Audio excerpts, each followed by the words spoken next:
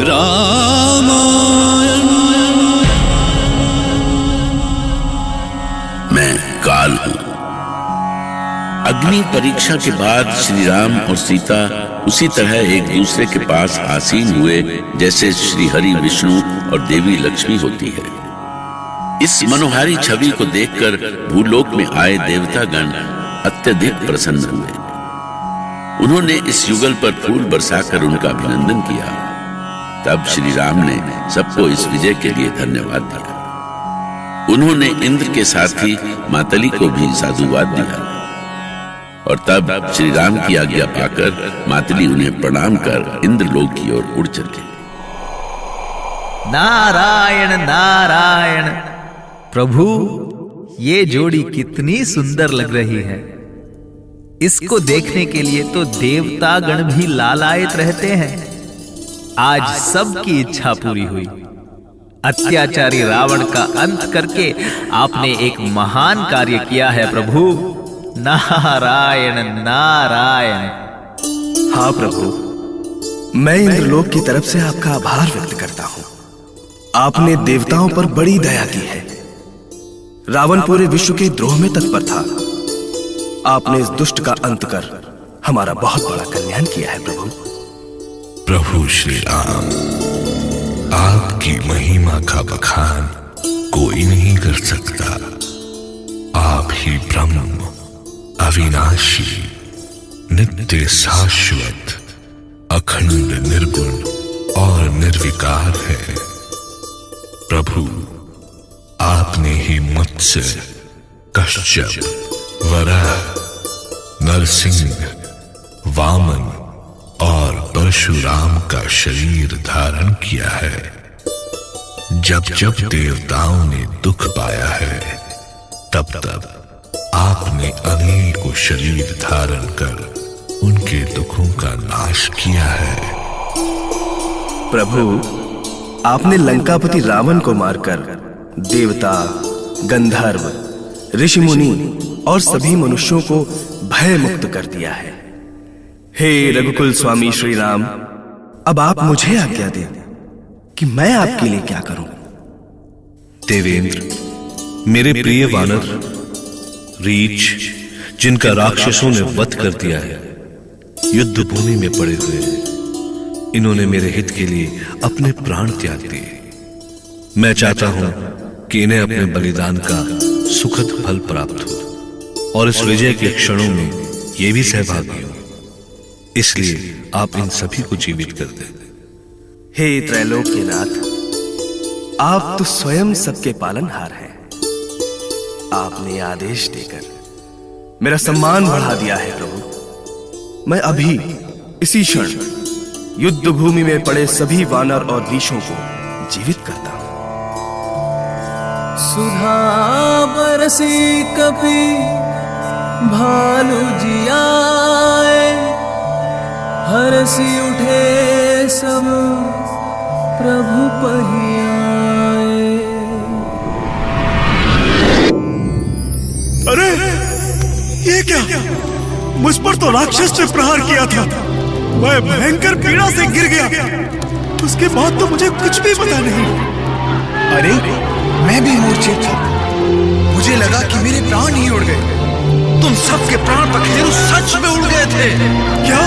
हाँ, ये सत्य है भाई। राक्षसों के प्रहार से हमारे बहुत सारे सैनिक वीरगति को प्राप्त हो गए थे, किंतु प्रभु श्री राम की कृपा से सब के सब जीवित हो उठे। धन्य है प्रभु, धन्य है प्रभु श्री राम की। प्रभु, आपके आदेश का पालन कर मैं धन्य हो गया। अब हमें आज्ञा दें। प्रणाम प्रभु। नारायण नारायण। कैसा चमत्कार है प्रभु। इस शुभ अवसर के साक्षी सभी बनना चाहते हैं। उधर देखिए, शिवलोक से देवाधिदेव शिव भी पधार रहे हैं। देवर्षि नारद, ये तो हमारा परम सौभाग्य है कि साक्षात भोले शंकर दर्शन देने के लिए आ रहे हैं। नारायण नारायण। लीजिए, आ गए देवाधिदेव। महादेव को नारद का प्रणाम स्वीकार हो। हम सभी का प्रणाम स्वीकार हो महादेव। अच्छा, तो समस्त देवलोक पहले से ही यहां उपस्थित है। देवादिदेव महेश, आप मेरा भी प्रणाम स्वीकार करें। प्रभु, मैं आपके इस योद्धा वेश को देखने के लिए लालायित था। बाल रूप का दर्शन तो पहले ही कर चुका हूं, पर इस रूप को देखकर तो मैं धन्य हो गया।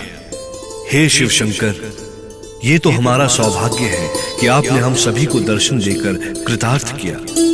बस प्रभु, एक ही प्रार्थना है कि आप सौमित्र, लक्ष्मण और देवी सीता सहित मेरे हृदय में सदा निवास करें। अब मैं आपकी और लीला देखने के लिए अयोध्या नगरी अवश्य आऊंगा। दशकांधार की मृत्यु से तीनों लोकों में प्रसन्नता छा गई। देवलोक से देवताओं ने पुष्प वर्षा की।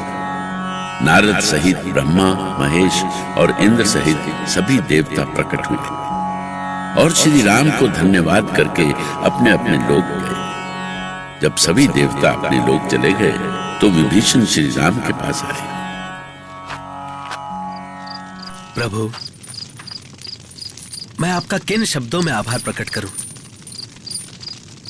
आपने मेरे बड़े भाई अत्याचारी लंकेश रावण के पापों का अंत कर केवल मेरा ही नहीं, पूरी मानवता का कल्याण किया है।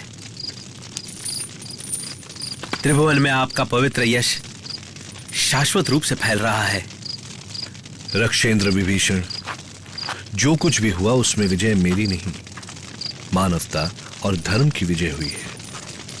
इसमें सबकी भूमिका है। इस विजय का श्रेय आप सबको जाता है। किंतु राघव, सब पर आपकी ही तो कृपा रही है। आपकी कृपा के बिना यह असंभव था। और प्रभु, अब जब यह युद्ध समाप्त हो गया है, एक विनती है आपसे। निस्संकोच कहें रक्षेंद्र, निस्संकोच कहें। हे प्रभु, इतने दिन के युद्ध में आप बहुत थक गए होंगे। अब आप राजमहल में चलकर स्नान करें और युद्ध की थकान मिटाएं। आपके चरण रज से मेरी कुटिया भी पवित्र हो जाएगी प्रभु। रक्षेंद्र, आपका प्रेम देखकर मैं अभिभूत हूं, किंतु भरत की दशा स्मरण करके मुझे एक एक पल करोड़ों कल्पों के समान लग रहा है। मन कहता है कि मैं शीघ्र अयोध्यापुरी पहुंचूं और अपने प्रियजनों से मिलूं। मुझे इस समय अयोध्या की बहुत याद आ रही है रक्षेंद्र। मैं आपकी वेदना को समझ सकता हूं राघव,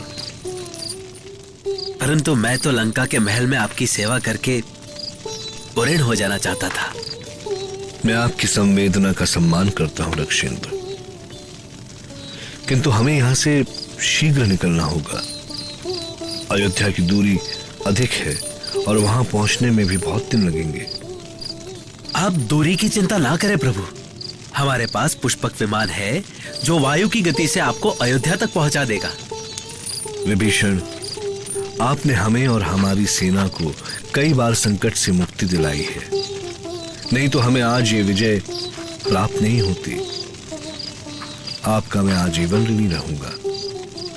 नहीं प्रभु, नहीं, ऐसा ना कहें। ऋणी तो मैं आपका हूं।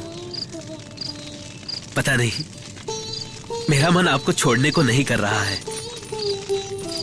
मेरी इच्छा है मैं भी आपके साथ अयोध्या चलूं और पूरा जीवन आपके चरणों में बिता दूं। लंकापति, अयोध्या के राजमहल पर आपका भी उतना ही अधिकार है जितना मेरा। आप कभी भी अयोध्या आ सकते हैं, किंतु अभी तो आपको लंका के पुनर्निर्माण के लिए यहां रहना होगा। ठीक है प्रभु, मैं आपके आदेश का अवश्य पालन करूंगा, किंतु एक और निवेदन करना चाहता हूं आपसे। आशा है आप उसे नहीं टालेंगे। निसंकोच कहे रक्षेंद्र। प्रभु, आपकी कृपा से मुझे जो धन, वैभव और आभूषण मिले हैं, मैं चाहता हूं कि आप उसका अवलोकन करें और अपनी इच्छा अनुसार इन वानर सैनिकों में वितरित करें। विभीषण, ये सच है कि आपका जो कुछ भी है वो मेरा ही है और मेरा सब कुछ आपका, क्योंकि जिसे मैंने अपना मान लिया उससे मैं किसी भी तरह का भेद नहीं कर सकता। इसीलिए आपका ये आग्रह टालूंगा नहीं। लेकिन फिर भी मेरी इच्छा है कि वस्त्र आभूषण का ये वितरण आप स्वयं करें। जो आपकी आज्ञा प्रभु। श्री राम की अनुमति पाकर लंकापति विभीषण अपने महल में गए और रत्न आभूषण और वस्त्र इत्यादि पुष्पक विमान में रखकर प्रभु के सामने ले आए। अब संकट ये था कि विभीषण इतने सारे वानर सैनिकों को ये उपहार कैसे बांटे। तब श्री राम ने कहा कि पुष्पक विमान में भरे इन रत्न आभूषणों को आकाश में ले जाकर उनकी वर्षा कर दें। तब विभीषण ने ऐसा ही किया और सभी वानर प्रसन्नता पूर्वक श्री राम की जय जयकार करने लगे। राम